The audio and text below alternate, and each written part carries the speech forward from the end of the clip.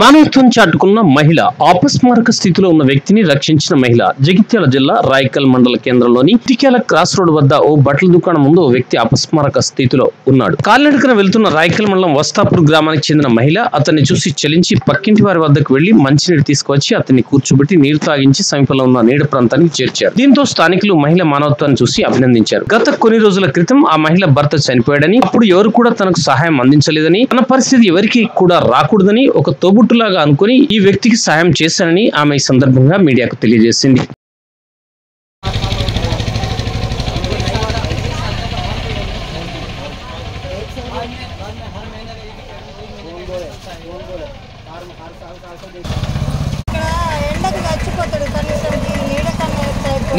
ఏదో పాపం ఒక జీవితాన్ని బతికించినట్టు. ఎందుకు ఆయనకు భార్య పిల్లలు ఉన్నారా లేరా మనకేం తెలియదు. ఓలైన్ ఒకటే కదా, నాకు 3 పిల్లలు ఉన్నారు. అయ్యో ఇక మాకైతే ఏం మొగ్గులు కూడా సాయం చేయలే అన్న.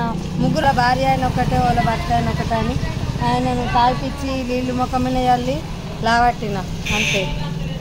ఏదో మన సాయం మన పిల్లలకు తోడవుతుంది అన్న. మనం రేపు చచ్చిపోయినా సరే 10 మందికి సహాయపడు మన పద్ధతి.